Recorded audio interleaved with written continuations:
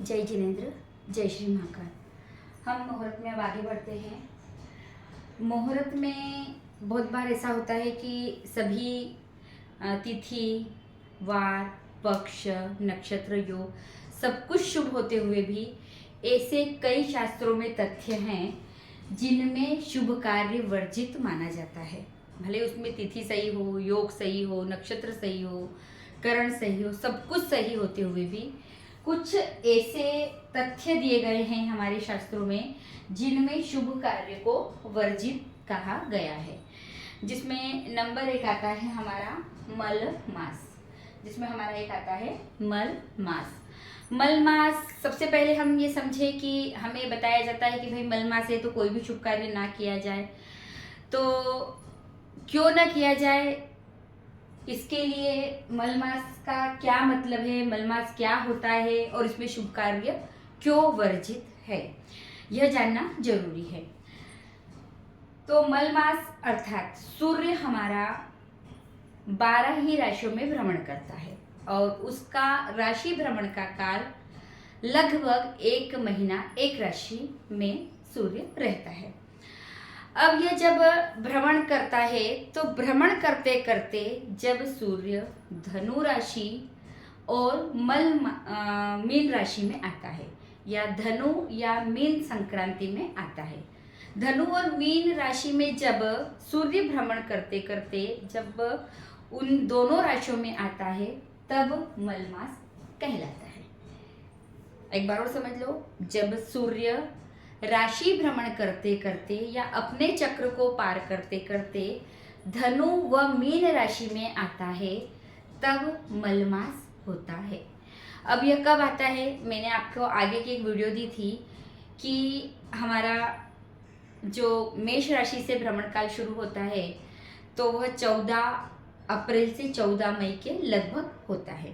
अब ये 14 का 17 के बीच में, इधर 13 भी हो सकता है, पर हम एक लगभग समय मानकर 14 ही एक डेट रखते हैं। बाकी उसका एक्यूरेट समय आपको पंचांग में मिल जाएगा कि सूर्य ने राशि परिवर्तन कब किया है।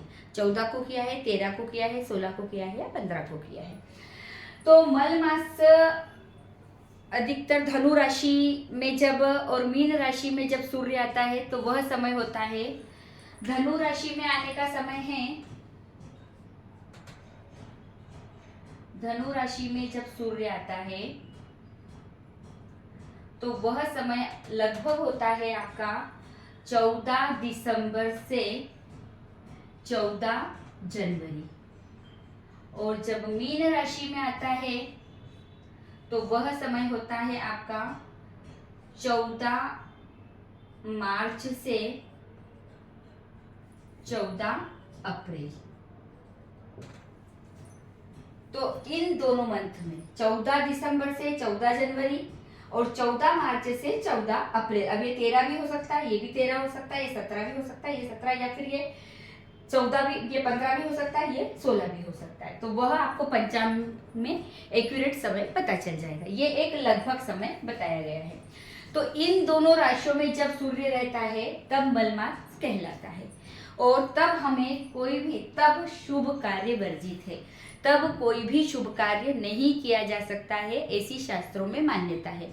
आजकल सभी इन दिनों में भी सारे शुभ कार्य करते हैं, लेकिन अगर आपको कोई भी योग पंडित होगा तो वह इन दिनों में आपको कोई मुहूर्त निकाल कर नहीं देगा। बहुत सारे लोग बोलते हैं कि जब आधा दिसंबर निकल जाए, जैसे 14 दिसंबर से 30 दिसंबर तक हो गया, उसके बाद हम मुहूर्त निकाल देते हैं, लेकिन नहीं, वह वर्जित है। अब ये वर्जित क्यों है?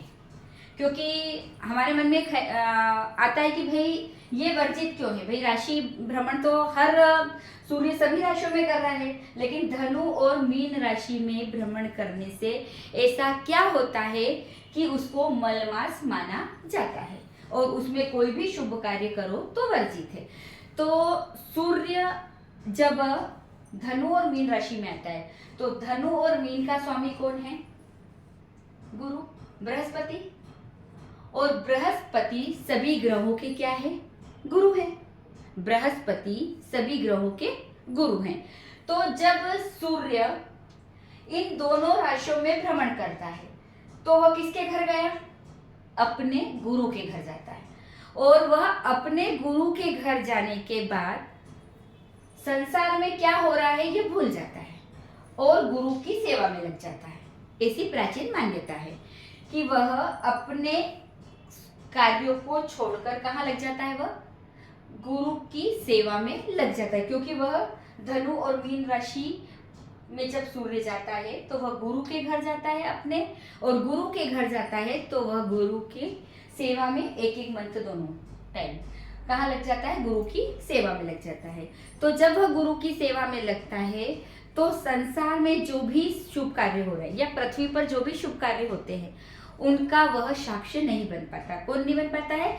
सूर्य उनका साक्ष्य नहीं बन पाता है। और शुभ कार्य के लिए सूर्य का साक्ष्य होना जरूरी है, इसलिए उसे मल मास कहा जाता है और उसमें शुभ कार्य को वर्जित कहा गया है।